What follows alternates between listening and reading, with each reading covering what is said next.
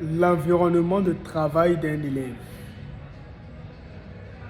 Il est extrêmement important de mettre votre enfant dans un cadre dans lequel les enfants apprennent. Pourquoi? Ça peut agir sur son comportement et faire aussi que l'enfant va commencer à apprendre. Souvent, lorsque l'enfant est seul à la maison, il n'a pas extrêmement de courage à prendre ses leçons, à commencer à réviser. Bien que il sait pertinemment qu'il doit apprendre les leçons. Il doit faire énormément de choses. Mais souvent, la paresse le prend, souvent l'envie de ne pas faire les choses le prend. Et moi, je comprends ça, c'est humain. C'est humain. Ça arrive. Ça arrive énormément à beaucoup de jeunes.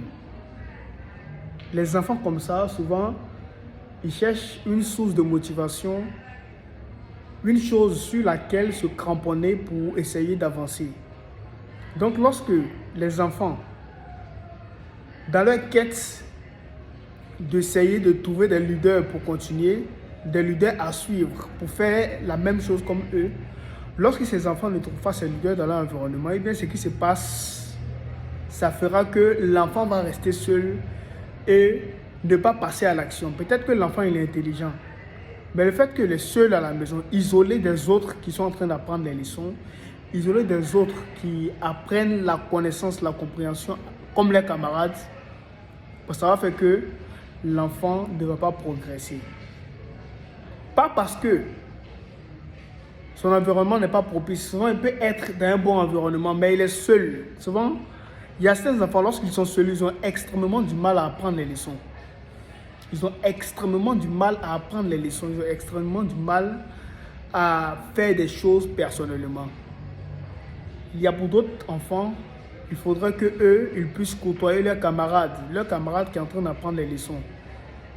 Si par exemple son camarade qu'il côtoie n'aime pas apprendre les leçons et qu'il a énormément de camarades qui ne bossent pas réellement, eh bien ça va avoir un impact négatif sur l'enfant, sur les résultats de l'enfant.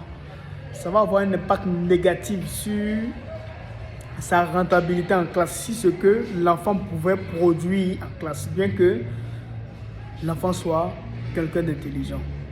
Donc souvent, lorsque l'enfant est mal encadré à la maison, il est seul, et en plus de ça, il n'est pas dans les conditions de boss, il n'est pas dans les conditions qui peuvent le permettre de réussir, eh bien, ça peut toujours agir sur l'enfant. Souvent, il est seul, mais il n'a pas la motivation. Souvent, c'est la motivation qu'il demande, c'est la motivation qui lui manque.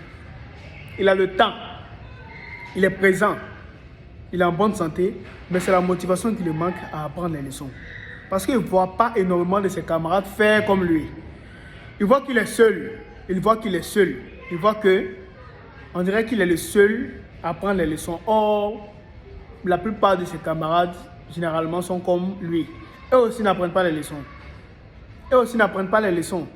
Donc souvent, c'est très important d'organiser un groupe d'études dans lequel votre enfant est à l'intérieur. Un groupe d'études dans lequel les enfants se rassemblent avec un prof qui leur donne le savoir, la connaissance. Quand c'est comme ça, ça entraîne de la vibration à l'intérieur de l'enfant. Ça donne à l'enfant une énergie qui peut le permettre lui aussi d'apprendre les leçons. Parce que la plupart des gens en Afrique n'apprennent pas la connaissance. C'est très rare de voir quelqu'un qui est en train d'apprendre la connaissance. Donc, quelqu'un qui apprend la connaissance, il faut la mettre dans un cadre. Il faut le mettre plutôt dans un cadre qui peut le permettre d'apprendre lui aussi la connaissance. Raison pour laquelle moi je conseille de fréquenter les groupes d'études. Les groupes d'études, ça peut être par exemple de former un groupe entre toi et 2 ou 3 de tes camarades. Vous allez commencer à apprendre les leçons ensemble. Vous allez faire des exercices ensemble. Vous allez vous motiver l'un et l'autre à progresser.